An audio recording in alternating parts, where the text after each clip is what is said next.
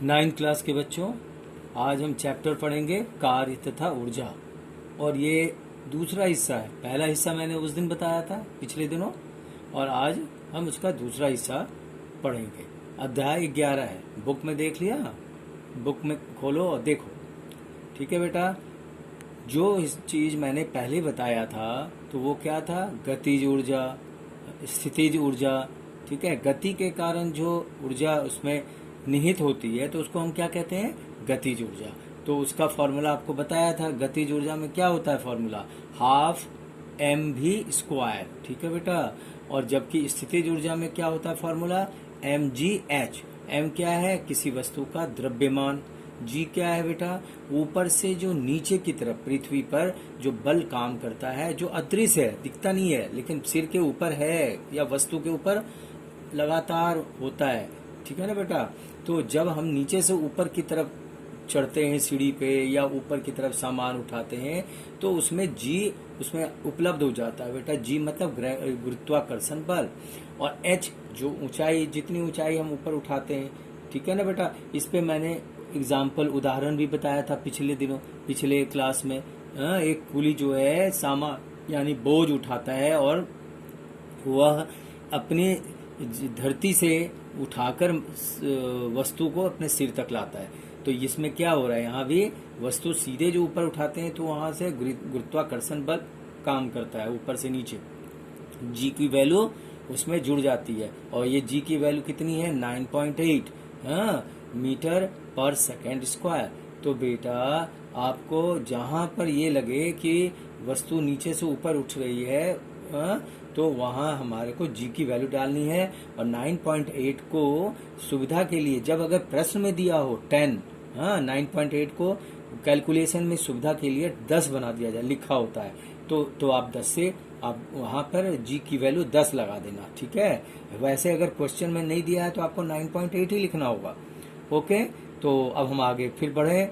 तो क्या है, हम जो उठा रहे हैं वो जो चैप्टर का वो है ऊर्जा संरक्षण का नियम। ऊर्जा संरक्षण का नियम मतलब ऊर्जा का कभी ह्रास नहीं होता है, घटता नहीं या कभी खत्म नहीं होता, बल्कि वह एक से दूसरे के रूप में बदल जाता है। जैसे देखो, स्विच बोर्ड में अलग अलग चीजों के लिए बोर्ड में लगे, पंखे की है, टीवी चलाने के लिए अलग है, और फिर इसी तरह से पंखे, बल्ब, और मान लो वॉशिंग मशीन, तो सभी किस चीज से चलते हैं? बिजली से। और बिजली के कारण अलग अलग कार्य करते हुए देखते हैं। पंखे घूमने लगते हैं, टीवी में पिक्चर फोटो आने लगती है, आवाज भी आती है, ये भी ऊर्जा का ही रूप है। तो और फिर इसे पंखे, मशीन घूमने लगते हैं। तो ये जो है यह रूप में अंतर होता है। ऊर्जा का रूप जो है वह तरह तरह से बदलती रहती है और दूसरे चीजों में होती है। ऊर्जा का कोई एक निश्चित रूप नहीं होता, बदल बदल कर एक दूसरे में बदल जाती है। जैसे अभी भी आपको उदाहरण बताया। तो ऊर्जा का रूपांतरण के पहले एवं रूपांतरण के बाद कुल ऊर्जा हमेशा अचर रहती है। ठीक है बेटा। अब यहाँ इसी चीज को ऐसे सूत्र के रूप में हमें जानना होगा। स्थितिज ऊर्जा हो गया mgh प्लस गतिज ऊर्जा हुआ 1/2 mv²। तो ये दोनों जब योग हो जाते हैं तो अचरीय वैल्यू बनती है। ठीक है। किसी वस्तु की गतिज ऊर्जा प्लस स्थितिज ऊर्जा का योग उसकी कुल यांत्रिक ऊर्जा होती है, यानी मैकेनिकल एनर्जी। ठीक है बेटा। अब आगे कार्य करने की दर हम पढ़ेंगे, उसको हम शक्ति कहते हैं। देखो तुम जानते हो कि एक ताकतवर व्यक्ति दुर्बल व्यक्ति से ज्यादा काम कर सकता है और कम समय में ही काम कर लेता है पूरा, दुर्बल व्यक्ति की अपेक्षा, है ना। तो शक्ति के अनुसार है। एक जो कार है और एक ये है जिसमें शक्ति ज्यादा होगी, तो वो दो गाड़ी है जिसमें जितनी हॉर्स पावर, जिसमें जितनी पावर शक्ति होगी, वो ज़्यादा दूरी तय करेगी, उसमें शक्ति, उसमें काम करने की ताकत अधिक होगी, तो उसी के बारे में जानेंगे। तो बेटा कार्य करने की दर को हम शक्ति यानी अंग्रेजी में इसको पावर कहते हैं। ठीक है। घर में आपने देखा होगा अलग अलग पावर के बल्ब होते हैं। ठीक है, उनकी अपनी अलग शक्ति होती है, कोई 60 वाट की, कोई 50 वाट की, कोई 100 वाट के बल्ब होते हैं। तो ये उनकी शक्ति होती है कि उतने दूर तक रोशनी करेगी, अपना काम ज़्यादा करेगी, बढ़ाएगी वो ज़्यादा। तो उदाहरण में आपको अभी जैसे समझाया ऐसे ही समझना है आगे आपको। गाड़ी मोटर में भी ऐसी होती है, अलग अलग हॉर्स पावर, अलग अलग शक्ति की अलग अलग बाइक होती है, अलग अलग शक्ति की अलग अलग गाड़ी यानी मोटर गाड़ी वगैरह जो होती हैं, अलग अलग शक्ति, कार मोटर में। तो कम समय में वो काम पूरा कर लेता है और ज़्यादा से ज़्यादा काम करता है, यानी है ना बेटा। अर्थात किए गए कार्य की गति को हम शक्ति कहते हैं। ये इसकी परिभाषा अगर पूछे कि शक्ति किसके कहते हैं, तो किए गए कार्य की गति को शक्ति द्वारा मापा जाता है। और शक्ति का सूत्र क्या हो जाएगा, शक्ति बराबर कार्य बटे समय। ठीक है बेटा, शक्ति को अंग्रेजी में हम पावर कहते हैं, हाँ? और कार्य वर्क, ठीक है, और समय को टाइम कहते हैं। ठीक है बेटा।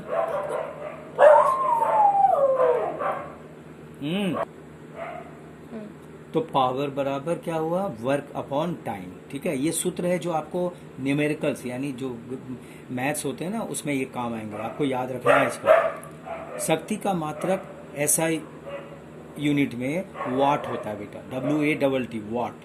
जेम्स वाट ने इसका पता किया था ना, इसलिए उसके नाम पर उसके याद में वाट रखा गया। इसे W द्वारा प्रदर्शित करते हैं या W लिखते हैं। ठीक है। अब 1 वाट ऑफ यानी ऐसा बोले कि 1 वाट वह शक्ति है जो 1 सेकंड में 1 जूल कार्य करता है। ठीक है बेटा, ये आपके परिभाषा बने।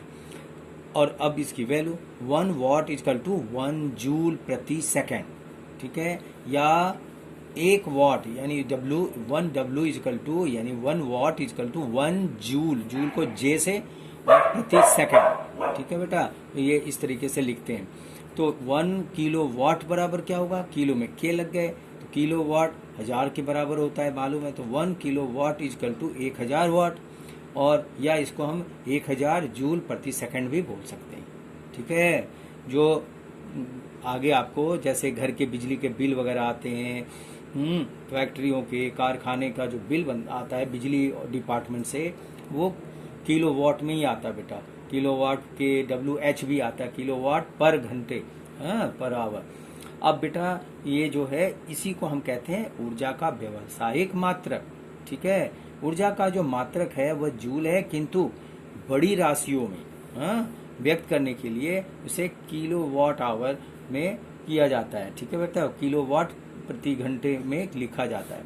घरों में या उद्योग में जो बताया तुम्हारे को, व्यवसाय में, फैक्ट्रियों में, दुकान में जो बिजली के बिल आते हैं वह बिजली के बिल जो आते हैं वह इसी यूनिट में होते हैं। ठीक है बेटा, जो भी मिलते हैं यानी 1 यूनिट, 1 यूनिट बिजली जो है 1 unit equal to 1 kilo watt hour. Paper में बेटा पूछा जाता है 1 किलो वाट आवर को जूल में बदल के दिखाओ, तो क्या हो जाएगा बेटा, 1 किलो वाट आवर में हम लिखेंगे जो मैंने अभी यहाँ दिखाया है आपको, 1 KW, मतलब किलो हो गया, वाट गुने 1 आवर। तो 1 किलो में क्या हो जाएगा, 1000 हो जाएगा। फिर W क्या है, वाट गुने 1 घंटे का मतलब 60 मिनट इंटू 60 सेकेंड यानी 3600 सेकेंड हो गए। इन सब का एक को मल्टीप्लाई करो तो कितना हो जाएगा बेटा, देखो 3600 में ये गुना हो गया 1000, तो जितने जीरो हैं वो भी इसमें शामिल हो गए, तो 3, 6 और 5 जीरो है जूल। अब लास्ट में इसको मैंने डेसिमल में किया, स्टैंडर्ड फॉर्म में कर दो, तो 3.6 into 10 to the power 6 joule, ये इसका किलो वाट हो जाएगा बेटा। किलो वाट आवर में वैल्यू बनता है, जो हमारे बिजली के बिल में आते हैं ना, ये इसी रूप में बेटा। आगे न्यूमेरिकल है जो कि अब तक जितने फॉर्मूले आपने देखे ना उसी पर बेस्ड है फॉर्मूला। तो इससे ऊपर अभी जो मैं पढ़ाता हुआ आया उसमें बेटा P यानी पावर यानी शक्ति बराबर W/T यानी कार्य बटे टाइम, हाँ। फिर इसी तरीके से P यानी पावर यानी शक्ति बराबर W को मैंने पहले भी बताया आपको, W के जगह पे mgh लिखते हैं, मास यानी उस वस्तु का द्रव्यमान गुने गुरुत्वाकर्षण बल गुने h अपॉन T हो जाता है। h किस लिए? ऊंचाई। तो यहाँ ये भी फॉर्मूला है, आपको फॉर्मूला याद रखोगे तभी न्यूमेरिकल बनेंगे, और फिर न्यूमेरिकल जो बच्चा बना लेता है उसके बहुत अच्छे मार्क्स आते हैं, ठीक है। जनरली बच्चे छोड़ देते हैं क्योंकि ये ध्यान नहीं देते ना, तो बार बार ध्यान दो, ध्यान से सुनो और प्रैक्टिस करो न्यूमेरिकल की। बुक में बहुत सारे न्यूमेरिकल है, मैंने सभी तरीके के फॉर्मूले का एक एक उदाहरण मैंने करके दिखाया है, पहले वाले में भी दिखाया था जो पिछली क्लास में, और अब जो है वो कार्य में था, और अब ये पावर शक्ति में है, और भी गतिज ऊर्जा, स्थितिज ऊर्जा, इन सबों के फॉर्मूले पे बेस्ड क्वेश्चन बनाया है, आपको न्यूमेरिकल दिखाया। ये देखो पहला न्यूमेरिकल, 60 वाट यानी जो बल्ब होते हैं ना, वो 60 वाट के बल्ब है, और 6 घंटे प्रतिदिन तुम अगर जलाते हो यानी इस्तेमाल करते हो, तो बिजली के द्वारा, बिजली के बल्ब के द्वारा जो एक दिन में जो खर्च आता है वो ऊर्जा, वो उसकी गणना कीजिए। तो उत्तर में आ जाएगा बेटा बल्ब की शक्ति, ये क्वेश्चन में ही लिखा है, बल्ब की शक्ति यानी पावर कितनी है? 60 वाट। टाइम कितने समय के लिए बेटा? 6 घंटे के लिए, तो ये हो गया टी। तो फॉर्मूला के अनुसार बल्ब का व्यय यानी ऊर्जा equal to energy equal to E equal to P into T, ये फॉर्मूला होता है।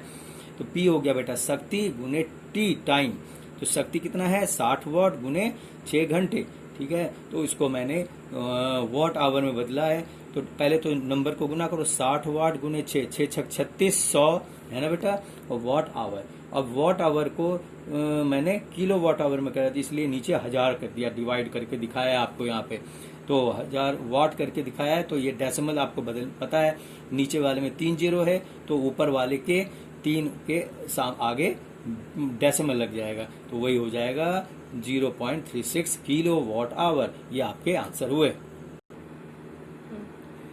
अब क्वेश्चन 2 है, क्वेश्चन नंबर 2, 50 किलोग्राम 50 केजी द्रव्यमान वाला एक पिंड है यानी कोई वस्तु है जो धरती से 600 सेंटीमीटर की ऊंचाई तक उठाई गई, ठीक है बेटा। ऊपर उठाते हैं तो स्थितिज ऊर्जा बताओ, ठीक है। और यहाँ आप स्पष्ट आपको मैंने बताया कि जैसे ऊपर उठाने की बात होती है धरती से, जैसे ऊपर सीधी उठाते हैं हम, तो वहाँ जी की वैल्यू लगेगी यानी जी आएगी। तो और फॉर्मूले में भी है स्थितिज ऊर्जा इजकल टू क्या होता? mg है, तो बस फॉर्मूला लगाओ और उसके साथ कर दो। तो m कितना हुआ? 50 गुने ये हो गया बेटा g की वैल्यू यहाँ पे पहले से गिवन है, देखो यहाँ ब्रैकेट में 10 दिया हुआ है, 10 है, 9.8 की जगह पे यहाँ 10 लिया, तो मैं 10 का इस्तेमाल करूंगा। यहाँ 10 लिखा है, इंटू 6 कहाँ से आया? 6 आया, यहाँ 600 सेंटीमीटर है ना, उसको मीटर में बदलेंगे, हाँ। तो 1 मीटर में कितने सेंटीमीटर? 100 सेंटीमीटर, तो 6 मीटर हो गया ना बेटा, तो ये 6 हुआ। तो इन सभी को गुना करो, देखो 3000 जूल हो गया इसका उत्तर, ठीक है बेटा। अगले क्वेश्चन पे आओ, क्वेश्चन नंबर 3। मोहन के कमरे में बेटा 60 वाट के बल्ब, ठीक है, और बल्ब मतलब कि ट्यूब जल रहे हैं, मतलब ट्यूबलाइट 40 वाट के होते हैं। फिर 75 वाट का यानी 75 वाट का पंखा है, और 150 वाट का एक कूलर भी है उसके घर पे कमरे में लगा। तो प्रतिदिन वो और चलाता कितना है? 8 घंटे प्रतिदिन उसका इस्तेमाल करता है। तो बेटा कुल ऊर्जा यानी उसके जो बिजली के बिल बनकर आएंगे किलो वाट आवर में कितने होंगे? तो जो कुछ है उसको देखो, यहाँ पावर P1 किसको लिया? ट्यूब को, तो P1 इक्वल टू 40 वाट, ठीक है। पंखे की गति कितनी है? कितनी है शक्ति? P2 ले लिया यहाँ, बोला उसको माना, क्योंकि पावर है P2 माना, तो 75 वाट। और कूलर की शक्ति P3 इक्वल टू 150 वाट। और टाइम कितना है बेटा? 8 घंटे। तो अब फॉर्मूले वही लगेंगे, पावर वाले फॉर्मूले। तो energy equal to P into T होता है ना, पता है फॉर्मूला, तो मैंने बताया है, मैंने साथ में यहाँ भी लिखा है। प्रैक्टिस करोगे तब याद होगा बेटा, आपको मालूम हो जाएगा कहाँ पे क्या प्रयोग करना है। तो E equal to P into T, तो मैंने यहाँ लिखा P1T plus P2T plus P3T, सभी के अब यहाँ T कॉमन ले लिया, टी बाहर है ब्रैकेट के और बाकी इन सब को प्लस कर दो। मैंने कर दिया और मल्टीप्लाइड बाई 8, तो देखो 265 गुने 8 ये हो गया वाट आवर सभी को। फिर ये नीचे किलो वाट में किया तो इसलिए 1000 नीचे लिखा, किलो वाट तो ऊपर नीचे पहले ऊपर गुना कर लो, मैंने यहाँ रफ में दिखा दिया गुना करके, तो वो जितना है उसके नीचे 1000 है तो उतने डेसिमल आगे हो जाएंगे, तो इसका डेसिमल में मैंने बदला है, देखो 2.12 किलो वाट आवर। अगला क्वेश्चन बेटा लास्ट क्वेश्चन 4, 2000 यानी 2000 किलोग्राम वाली एक कार क्रेन के द्वारा 2 मिनट में 30 मीटर की ऊंचाई तक उठाई जाती है। देखो ऊंचाई मतलब h हो गई, मिनट टाइम दे दिया बेटा, और द्रव्यमान वस्तु m कितना हो गया 2000, तो उठाई जाती है। तो बताओ क्रेन द्वारा कितनी शक्ति, उसकी कितनी शक्ति लगी क्रेन में, तो वो देखना है। अरे चुप करा उसको। द्वारा कितनी शक्ति लगाएगी, g की वैल्यू कितनी है 10 मीटर पर सेकंड, ठीक है बेटा, यहाँ भी 10 दिया है 9.8 के जगह पे। अरे उसको उधर ले जाओ ना बाहर।